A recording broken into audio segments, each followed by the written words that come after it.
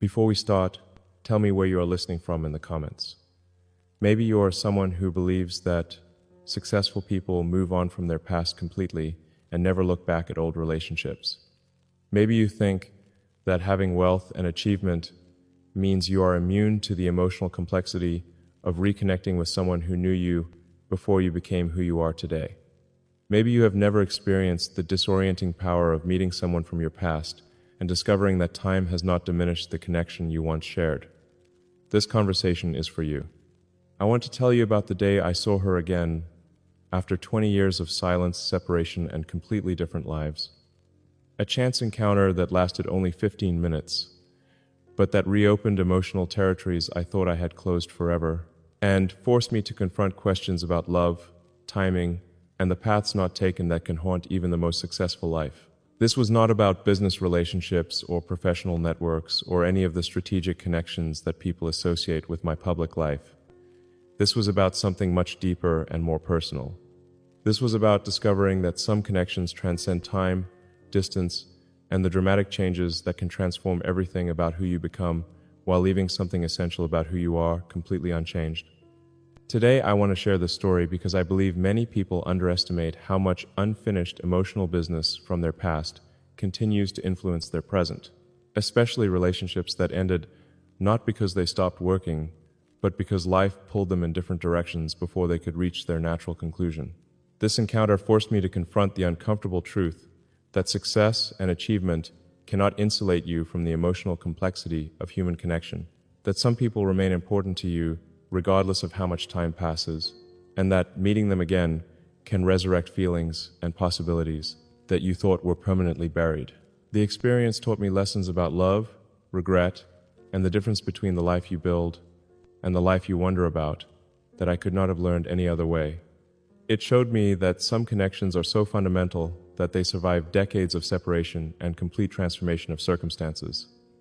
It was September 15th, 2022, and I was at Stanford University for a conference on artificial intelligence and consciousness. Speaking on a panel about the intersection of neurotechnology and machine learning, I had finished my presentation earlier than expected and decided to walk across campus, an area I had not visited since my brief stint as a graduate student in applied physics in 1995. I was not feeling nostalgic or deliberately revisiting places from my past. I simply had an hour before my next commitment and wanted to enjoy the rare luxury of walking through a beautiful university campus without a specific destination or timeline.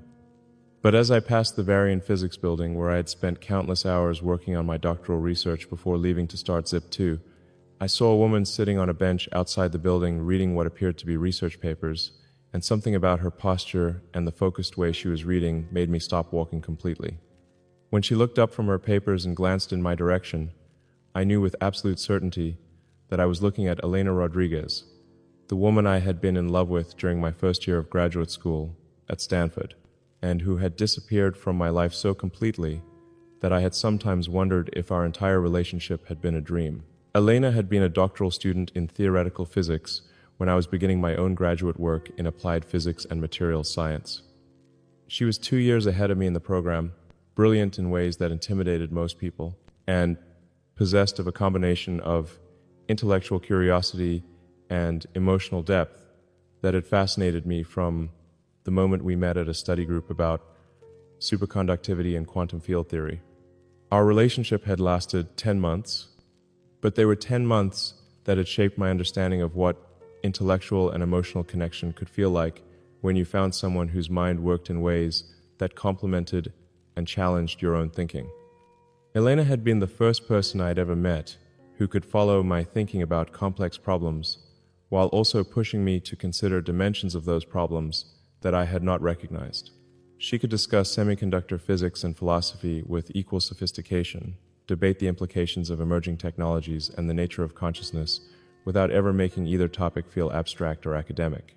But more than her intellectual capabilities, Elena had possessed an emotional intelligence and intuitive understanding of people that had taught me things about empathy, connection, and the complexity of human motivation that had influenced how I approached relationships for years afterward.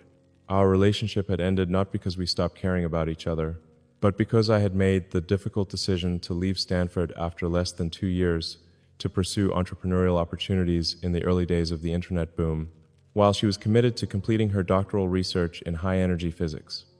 We had tried to discuss ways to maintain our connection while I was building my first company, but we were both young and focused on our respective goals, and neither of us had the emotional maturity or relationship skills necessary to navigate the competing demands of a serious romantic relationship and the intense work required for startup success and doctoral completion. The conversation where we decided to end our relationship had been one of the most difficult I had ever had. We both acknowledged that we cared deeply about each other and that our connection felt unique and important, but we also believed that trying to maintain it while pursuing such demanding and different paths would ultimately damage what we had experienced together.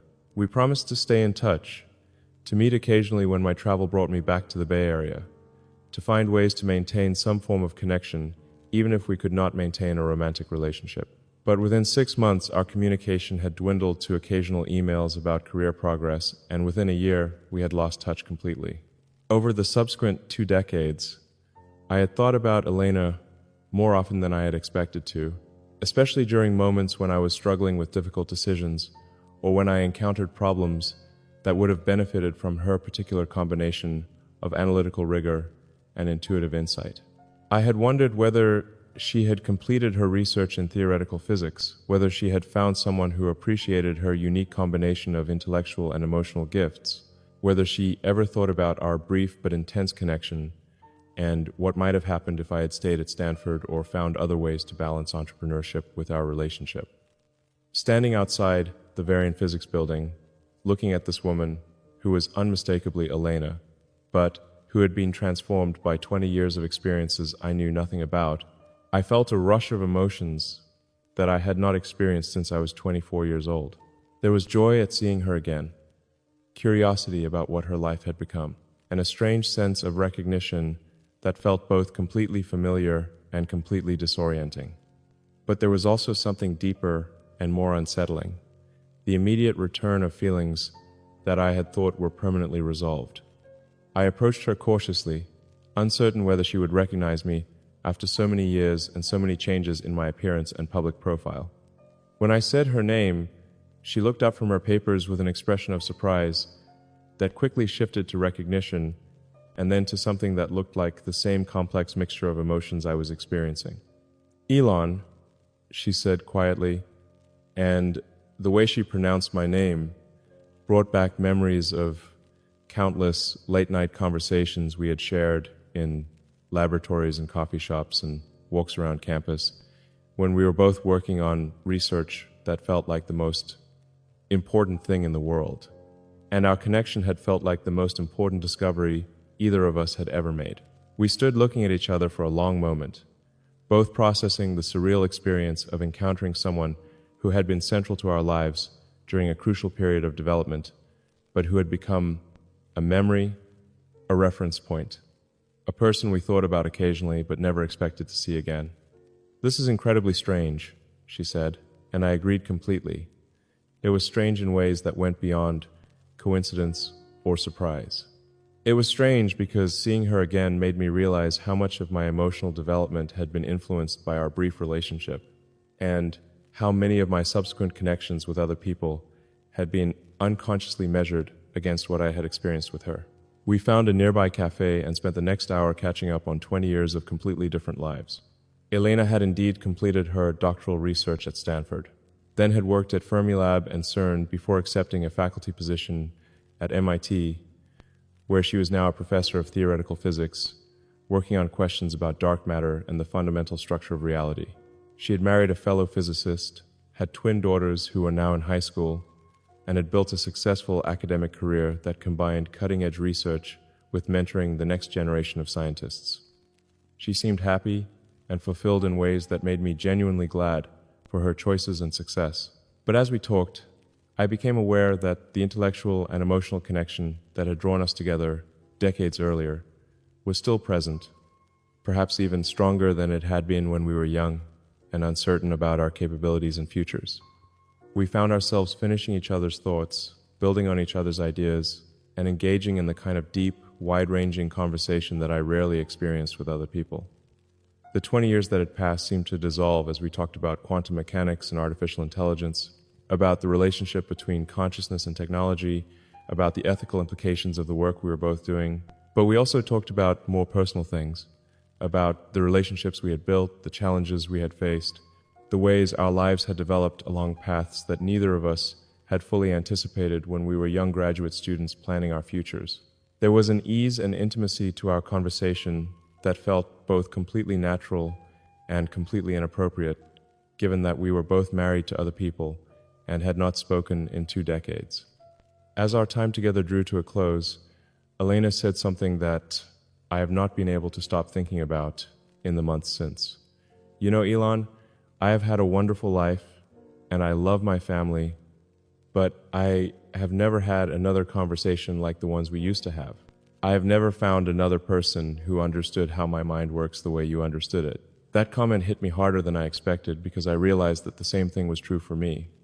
I had built successful companies, had meaningful relationships, and had accomplished things that had brought satisfaction and recognition. But I had never again experienced the particular combination of intellectual stimulation and emotional connection that had characterized my relationship with Elena. When we said goodbye outside the cafe, we exchanged contact information and promised to stay in touch this time, to maintain the connection we had rediscovered rather than letting it dissolve again due to inattention or competing priorities. But as I walked back to my hotel, I felt more emotionally unsettled than I had felt in years. Seeing Elena again had not just brought back memories of our relationship, but it forced me to confront questions about the choices I had made, the relationships I had built, and the possibilities I had foreclosed when I decided to prioritize entrepreneurial success over academic completion and personal connection. I found myself wondering what my life might have looked like if I had chosen differently 20 years ago, if I had stayed at Stanford to complete my doctorate, if I had found ways to balance startup ambitions with maintaining our relationship, if I had prioritized connection over achievement during that crucial period of my development. These were not productive thoughts, and I recognized that they were based on romanticized memories and hypothetical scenarios rather than realistic assessments of what would have been possible or advisable given the circumstances we had faced. But the encounter with Elena had also made me aware of something important about my current life and relationships. I realized that in my subsequent romantic partnerships, I had been looking for some combination of qualities that Elena had possessed, but I had never found them all in the same person. I had been with people who shared my entrepreneurial ambitions, but lacked her intellectual depth, or who had her scientific background but could not engage with the emotional complexity of building companies and managing public attention, or who were successful and accomplished but did not challenge my thinking in the ways that she had. This recognition was both illuminating and troubling. It suggested that my brief relationship with Elena had established standards and expectations that had influenced my approach to all subsequent relationships, often in ways that I had not consciously recognized. It also raised uncomfortable questions about whether I had been fair to the other people I had been involved with, whether I had been fully present in those relationships, or whether I had been unconsciously comparing them to an idealized memory of what I had experienced with Elena. Over the following weeks, Elena and I exchanged several long emails that continued the conversations we had begun at Stanford. We discussed our work, our families, our thoughts about physics and technology, and the future of human understanding of the universe, but we also wrote about more personal things, about what we had meant to each other during that brief period when we were young graduate students, about how our relationship had influenced our subsequent development, about the strange experience of finding each other again after so many years. These conversations were intellectually stimulating and emotionally satisfying in ways that reminded me why our connection had felt so important decades earlier. But they were also complicated by the fact that we were both married to other people and living completely different lives with established families and commitments. I found myself looking forward to Elena's emails more than I should have, spending more time crafting responses than was probably appropriate, and thinking about our conversations during moments when I should have been focused on other things. The intensity of my reaction to reconnecting with Elena made me realize that I had never fully processed the end of our relationship or the impact it had on my understanding of love, connection, and what I was looking for in a romantic partner. I had told myself that our relationship had been a brief graduate school romance that had ended naturally when my career ambitions took me in a different direction. But the strength of my emotional response to seeing her again suggested that it had meant more to me than I had acknowledged, and that ending it had created an unresolved emotional wound that had influenced my approach to relationships for 20 years. This realization was both enlightening and disturbing. It helped me understand patterns in my romantic history that I had not previously recognized, but it also forced me to confront the possibility that I had been unconsciously comparing all my subsequent relationships to an idealized memory that no real person could compete with. It also raised difficult questions about my current marriage and whether I was being fair to my wife by maintaining a correspondence with someone who had obviously had such a profound impact on my emotional development. After several months of emails, Elena and I agreed that we needed to be honest about the complexity of our reconnection and the potential implications for our respective families and relationships. We acknowledged that seeing each other again had brought back feelings and possibilities that neither of us had expected to experience. But we also recognized that we were both committed to the lives and relationships we had built over the past 20 years. We decided to limit our communication to occasional updates about our professional work and to avoid the more personal conversations that had been so engaging but had also been stirring up emotions that were difficult to navigate. This decision was painful but necessary. I realized that maintaining an intense emotional connection with Elena while being married to someone else was not fair to anyone involved, regardless of how meaningful and important that connection felt.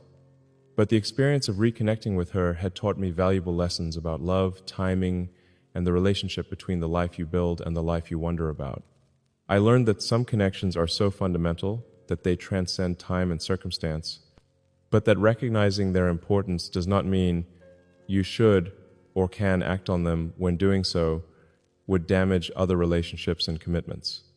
I learned that unresolved emotional business from your past can influence your present in ways you do not recognize until something forces you to confront it directly. I learned that romantic love is not just about finding someone you are attracted to or compatible with, but about finding someone who sees and understands essential aspects of who you are that other people miss or do not appreciate. Most importantly, I learned that the paths not taken in life create a kind of emotional residue that never completely disappears, and that encountering reminders of those alternative possibilities can be both wonderful and devastating. Meeting Elena again after 20 years was one of the most emotionally intense experiences I have had as an adult. It brought back feelings I thought I had resolved, raised questions about choices I thought I had made peace with, and forced me to examine my current relationships and priorities in ways that were both helpful and unsettling. The encounter reminded me that love is not just about the relationships you maintain, but also about the connections you remember, the people who shaped your understanding of what emotional and intellectual intimacy could feel like, and the possibilities you chose not to pursue. I still think about Elena more often than I probably should. I wonder about her research, her family, her thoughts about the universe, and whether she ever thinks about what might have happened if I had made different choices 20 years ago.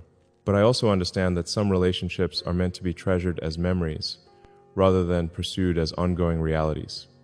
That the love you experience with someone can remain important and meaningful even when circumstances make it impossible to rebuild or maintain that connection. The hour I spent with Elena at Stanford taught me that the past is never as resolved as we think it is, that some people remain important to us, regardless of time and distance, and that successful people are just as vulnerable to the emotional complexity of human connection as anyone else. If you are someone who has wondered about people from your past, who has experienced intense connections that ended due to circumstances rather than incompatibility, or who has found yourself thinking about alternative paths your life might have taken, I want you to know that these feelings and questions are normal and do not necessarily indicate that something is wrong with your current life. Sometimes the most important relationships are the ones that teach you what deep connection feels like, even if they cannot be sustained due to timing, career demands, or other practical considerations. Sometimes meeting someone from your past can provide valuable perspective on your present, helping you understand patterns in your relationships and clarifying what you value most in human connection. Sometimes the love that got away remains important, not because you should try to reclaim it, but because it reminds you of your capacity for deep feeling and connection that you want to bring to your current relationships. Share this with someone who might need to understand that the emotional complexity of reconnecting with people from your past is normal and meaningful, even when it cannot or should not lead to renewed relationship. Subscribe if these conversations help you think about love, timing, and the paths not taken. And remember, some connections transcend time and circumstance, but recognizing their importance does not always mean acting on them. Sometimes the most loving thing you can do is treasure the memory while honoring the commitments you have made to the life you have